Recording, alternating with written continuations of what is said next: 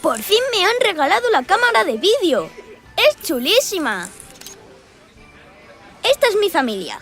Mamá, papá, yo y Sara.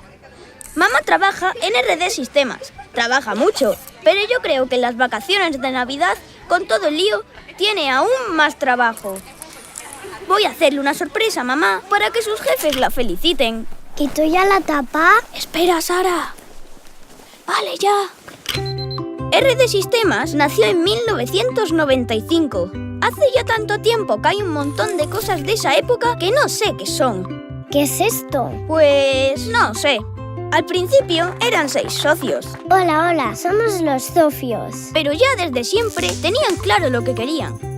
Hacerlo súper bien. Hacerse cada vez más mayores. Y quedarse para muchos años. Como Iggy. Y después de más de 20 años... ¡Felicidades, Yupi! Pueden decir que lo han hecho muy bien.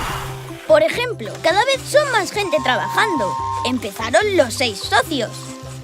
Y ahora ya son más de 100 personas. ¡Chuchu! También cada vez vendían más y más cosas. Y como los clientes estaban tan contentos con los productos que hacían, empezaron a hacer muchos más.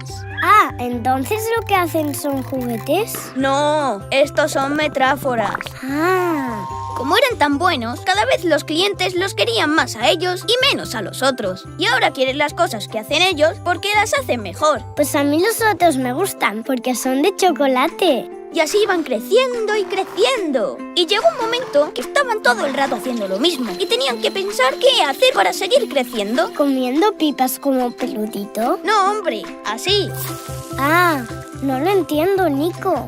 Primero se fueron a otros países. ¿Al pueblo de la Yaya fueron? El pueblo de la Yaya no es un país. Ah. Y además, este año van a empezar con un proyecto que lo llaman RD 2.0. ¿Y qué es? Pues que los productos que hacen van a ser aún más chulos. ¡Guau! Pues van a flipar.